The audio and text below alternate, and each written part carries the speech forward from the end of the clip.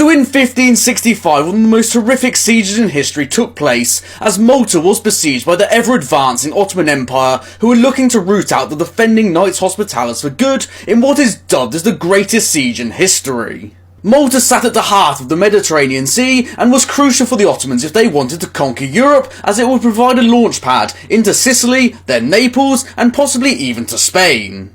In 1564, Suleiman the Magnificent vowed to wipe the Knights Hospitallers off the face of the earth after they captured numerous high-profile Ottoman prisoners in raids, and in 1565 he rocked up to Malta with a force of only around 30,000 troops, which was a small affair by Ottoman standards. Geographically, Malta would prove an absolute nightmare for the invasion force, as it had no rivers, few trees, little rainwater, and the summer heat was intense enough to kill a man in full armour, and only had a few points on the eastern side where you could land your troops.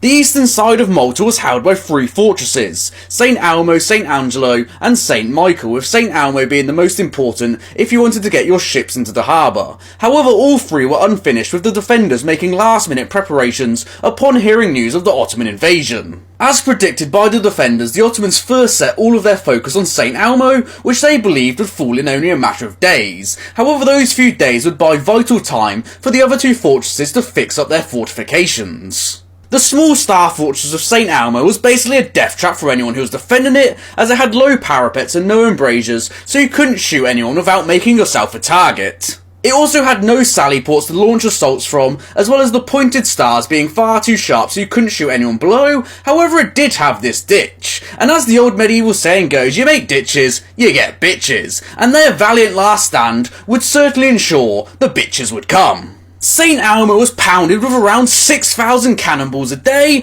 and the night sky was lit up by gunpowder so much it became as bright as day. And while the defenders from St. Angelo did try and shoot the attackers with their cannons, they stopped as they wanted to conserve gunpowder. The defenders at St. Elmo begged the Grand Master of the Hospitallers, who was at St. Angelo, for more men and supplies, saying they couldn't hold out for more than a few days, and he said he needed them to so they could fix their fortifications, trying his best to ship supplies and men across the harbour.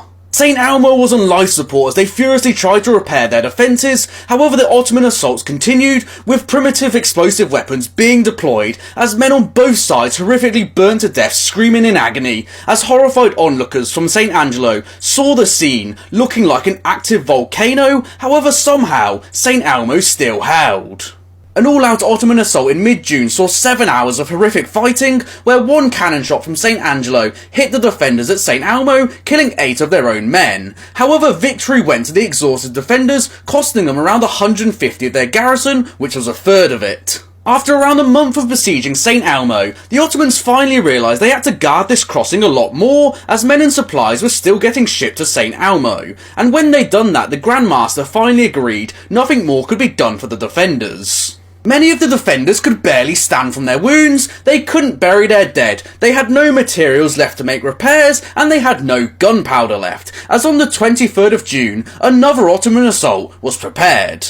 Men too wounded to fight were lashed into chairs with their swords, ready to give their last breath to defend St. Elmo. However, the Ottomans rushed in, brutally murdering anyone they could find for their fierce resistance, and then nailing them to makeshift crucifixes and sending them across the harbour to terrify the other defenders. The capture of St. Elmo had cost the Ottomans around a half of their crack troops to Janissaries, as well as a sixth of their total force, compared to the defenders, losing only around 1,500, which was still around a quarter of their force, as the remaining two fortresses now became subjected to the horrors of an Ottoman cannon bombardment, as the Ottomans now carried their ships over this peninsula and dragged them into the harbour here, as it was protected by a chain at the mouth here, so they couldn't come this way. Vicious assaults were continually beaten off, however they almost took the fortress of St. Michael before they were routed from a relief force from Medina further into Malta, as they believed it was a much larger relief force from Sicily.